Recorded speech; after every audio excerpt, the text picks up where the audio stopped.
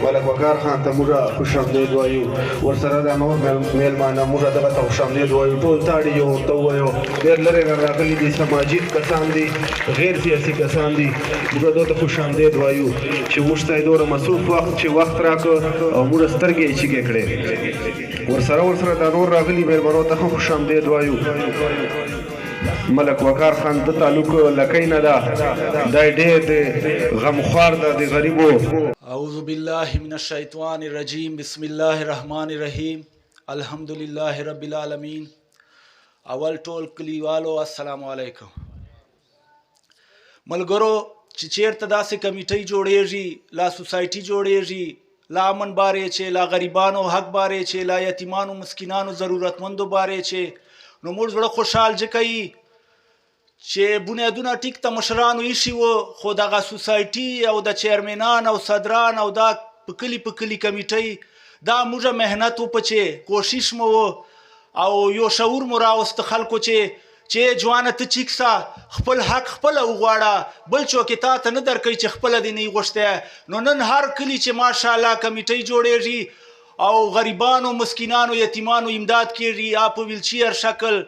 لا ګوره کینسر مریضان موږ لکۍ ضلع چې دوره ډېر دي ماشاءالله هر چا علاج کیږي، لکاو روپۍ کروڑاو روپۍ.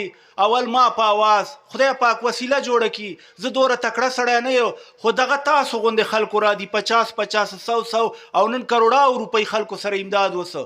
نو نن موږ زړه ډېر خوشحال ده چې منصور سوسایټي ځوانانو لاسته راله. مخکې ټیک ته ښه کار یې کړی و، خو مخکې دوره ډېر موږ نه وو خبر اول، خو نن نوجوانانو ته راله نو تاسو به یې سپورټ کو او تاسو به تعاون کو. چا په نورو ته به هیله نه لرو. دا ځوانان چې د کوم کلیوال دي 50 روپۍ چې تاسو کاړو لکان به جمع کړي او دغه کلو امداد به کړي، دغه کلو چې به غریب ضرورتمند یتیم مسکین نسی پاته. وقار ضرورت په نه لکۍ نه راتلک، دلته به کلیم الله هر چاته ویلچیر ورکوي، دلته به راشن ورکوي، دلته به تاڼې امن هر قسم چار کړي. نو تاسو ځوانانو ته دا خواست کو چې دو مضبوط کو او دو ته دا وایو چې په تاسو به اعتراضونه کېږي. څوک په وایي جان ته لګیا ده، څوک په وایي ستروازي ته لګیا ده، څوک په وایي الیکشن وټو ته لګیا ده، څوک په وایي پلانکي خان سړی ده. نه دا به تر باندې کېږي. ما اوره په چا نه دي سلي، دلته به خلک ناسي غور باندې کړي دي، ښه ډېر باندې سلي دي. چا ویله دغ سړی ده، چا ویل دغ سړی ده، خو شکر الحمدلله چې دوره کروڑان دغ لاس نه ووتل دغو غریبانو خلکو ته، او دوره ویلچیر او دوره دویګانې چې هر قسم شی دغو لاس نه د دغه اواز او دغه پخلې. نو دا هر څوک کولی شي، ته کولی شي، هر څوک یې کولی شي.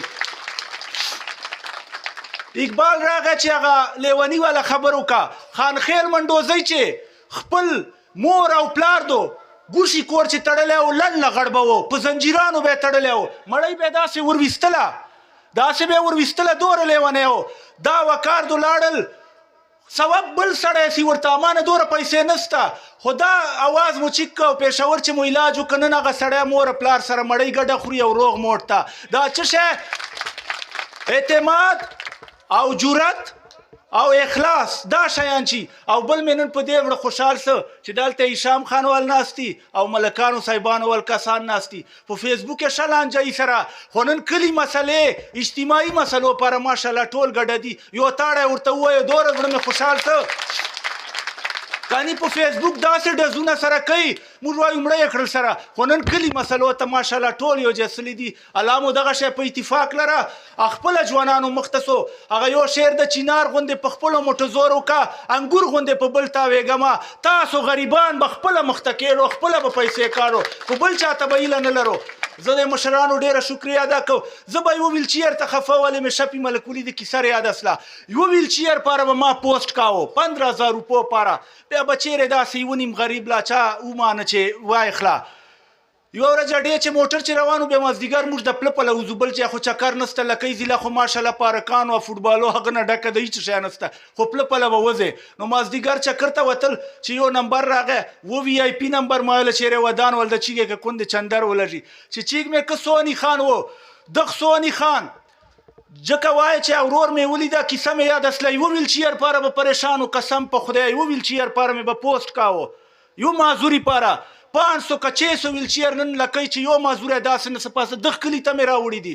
نو دغه شی که چیرې موږ سره دغو دغه کوم صاحب استطاعت خلک تی ملاتړ وکړه انشاءالله یو غریب به نسی پاته او تاسو ځوانانو 50 روپۍ ورته کاړو دو ته برچر چې خلک وایي تاسو به دا نه وایو چوک پچوي دا کیسې کېږي خو 50 روپۍ که تاسو وکړئ لکان به جمع کړي د کلي ټولې مسلې بل کړي الله مو خوشحاله را باد اوسه